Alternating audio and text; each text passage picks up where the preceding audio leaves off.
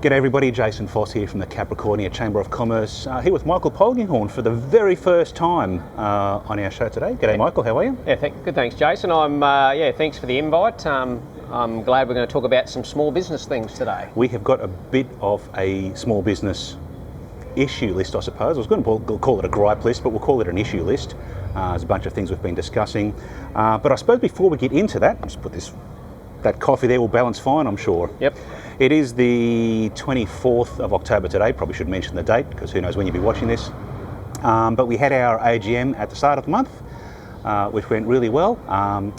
Farewell to Craig Gibbs, who's retired from the committee now. So thanks to Craig for all the efforts he's put in over the last few years. And we had Lisa Marie Hearn from the Queensland Cancer Council join the committee. So she's attended her first committee meeting already. It's nice to see some new faces. Absolutely. And we have got a couple more to come who we kind of missed the paperwork at the AGM, so I won't formally announce those until it's all formal, but we've got a few new faces on the committee for this year. So one of the first things on the list of things that we've been hearing recently is about compliance and red tape. And governments like to talk about reducing red tape, but in reality we know sort of the opposite's happening. Michael, what have you been hearing? Yeah, look, I've spoken with a couple of my small business customers who generally employ around that sort of 5 to 10 workers, and they're just finding that it's consistently a revolving door of change. You just go through a process of implementing some sort of change in relation to compliance or what you do on a day-to-day basis, and then all of a sudden a whole new batch of compliance comes out. So, the feedback I'm getting is that a lot of small businesses are saying that it's a lot easier for maybe a large organisation to wear that expense cost of constantly changing your day-to-day practices, but it's very difficult to be consistently having to be involved in that change if you're a small business. Yeah, it's a big burden, isn't it? Now, later today, we're shooting this video in the morning, I've got a webinar I'm sitting in at lunchtime pertaining to the upcoming climate reporting and carbon accounting compliance and what impact that's going to potentially have on small businesses as well. So This has been introduced to bigger businesses as part of the nation's move to net zero, but unfortunately I fully expect there to be knockdown consequences to small businesses who want to supply to these larger organisations who are doing these major works. So there's some potential more red tape and compliance and accounting stuff that we're going to have to worry about. Yeah. Look, I know even in my industry, in the banking industry, I mean, obviously a lot of government change that is implemented in relation to monitoring and controlling the banking sector, so to speak, is directed at the big four.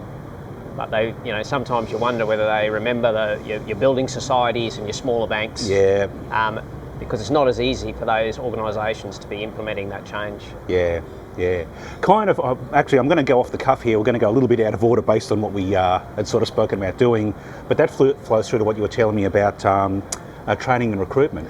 Yeah. About the cost of training people only to have them leave fairly shortly after they've got their qualifications. Yes. No. The feedback from a couple of different customers, and I guess I've been in the same position in the past as well. Sometimes it takes 6 to 12 months to get your staff up to speed in terms of the compliance, the training they have to do, the training that you have to give them to do on a day-to-day basis, and also just to get used to in terms of dealing with the customers on a day-to-day basis. So, to invest that time so really they don't become really productive and probably till about that sort of 12, 18 months, I know in my business. So, and then for someone to leave at 12 or 18 months or even during that training process is a huge investment of time and in some cases a large cost as well. Yeah. That was highlighted last week. The Queensland Small Business Commissioner, Dominique Lamb, visited Livingston and Rocky, and I attended a couple of events that were involved, or that she was involved in, and that was mentioned a couple of times too, in terms of you get people trained up and you invest in an apprenticeship and you're losing money on them at that point. There's a cost to you to train them up, which would be fine if they stayed on, so you could then reap the rewards of that investment in training. But what happens is they get their qualifications and then they're out to the mines because that's where they can make the big money. And you know, the local small business in town here has got to start the process all over again and lose money training somebody all over again, only for the cycle to keep repeating. Yeah, I've actually spoken with a couple of customers who've actually completely shied away from that apprentice space purely on the basis that, you know, in most cases they are losing those employees as soon as their 4 years is up, and particularly the mines, and in some cases government positions are taking these roles as well. Yeah, well, that was, yeah, you mentioned it to me earlier, and this was something also mentioned at the Commissioner's lunch event last week, is that it's not just mines poaching staff, but also government are poaching staff as well. And I mean, the defensive line was, well, the government bodies are short of staff too, and that's fine, but it's a bit rough when your local government starts pinching staff off of small business who, don't have, rather bottomless amounts of cash to draw from if they need it. Endless pools of money. Yeah. So, I think, Michael, you mentioned you'd like to see the government contributing more towards the training bill, the training wage or that kind of stuff. Well, look, I've spoken to a few organisations that have been doing the taking apprentices on, and they actually believe in a lot of cases that the money would be better off directed in subsidising their wages in, say, years 1 and 2, because those pay rates are so low. They believe that if the government could actually subsidise those particular first and 1 and 2 year rates, it may go a long way to seeing a lot more people through their trades. Yeah. All right, now this sun's moved and I'm in it now, so we might just shuffle things around here a little bit. What do you reckon? Yeah, absolutely. All right, well, that's a bit better. And of course, as we move, the sun's gone behind a cloud now, so not to worry. So, Michael, obviously with your Bank of Queensland hat on, and I see you flying the flag there or wearing the hat, as the case may be. Yes, I am. You mentioned there's a lot of issues with small business financing at the moment. Yeah, look, there's probably two things that I see when small businesses are chasing finance. Probably one of the main things is for startups. If anyone is looking at commencing a startup business, I do recommend that they go and have a chat to their bank prior to actually possibly resigning from their current position, or very early in the piece when they're actually thinking about what they want to do, to have some discussions at that stage around how you might be able to fund that if you need some finance. A lot easier to put some plans in place at the start rather than having made that decision to possibly finish at your current employer and then seeking finance it's a bit late then, when you've moved into your new role. Yes, a bit late then. Good advice, yeah. The other one is, I know that no one likes paying tax, but unfortunately it's always good to come to your bank manager and show them that you're making some good net profits, because we work on the theory that net profit pays back debt. So there is a happy medium between not paying tax and paying tax. But certainly very important when you're coming to the bank to seek finance for an established business, profits are gold. And that kind of ties in a bit with business planning generally. We find that for a lot of small businesses, planning doesn't really happen, or it's at the bottom of the list. Yep. But if you're looking to sort of grow in a purposeful or intentional way, planning is critical, and whether it be finance or whether it be resources or staffing or premises or any of the things that you might think you need, a little bit of planning goes a long way. As the saying goes, the plan itself is possibly largely worthless a lot of the time, but the process of planning is where your value is, just stopping to think about, okay, what does the next 12 months, 2 years, 5 years hold for us? Well, it makes you review things like, okay, well, if I want to go into lease premises, what's that going to cost me? What commitment do I have to give? Is it 3 years? Is it 5 years? I also have to look at what costs will be incurred to drive those premises. Okay, power. So the process makes you think of those things that possibly you could forget or just put to the back when you're looking through to establish your business. Now, when someone comes to town, often they will want to meet with the local Chamber of Commerce. And a typical question that pretty much every time somebody says, so what's the business environment like in the area? And it feels like to me like a two-speed service industries, and there's plenty of industries that are full steam ahead, busy as, can't find staff. You've probably heard that before. But then on the other side of the coin, there's some people in retail and hospitality who are definitely feeling the cost of living pinch. It feels very two-speed to me at the moment. And I guess the one thing I'd say about that is, we're coming into a lot of American sales events like Black Friday and Cyber Monday, and I think Halloween's become a bit of a thing, and leading into Christmas.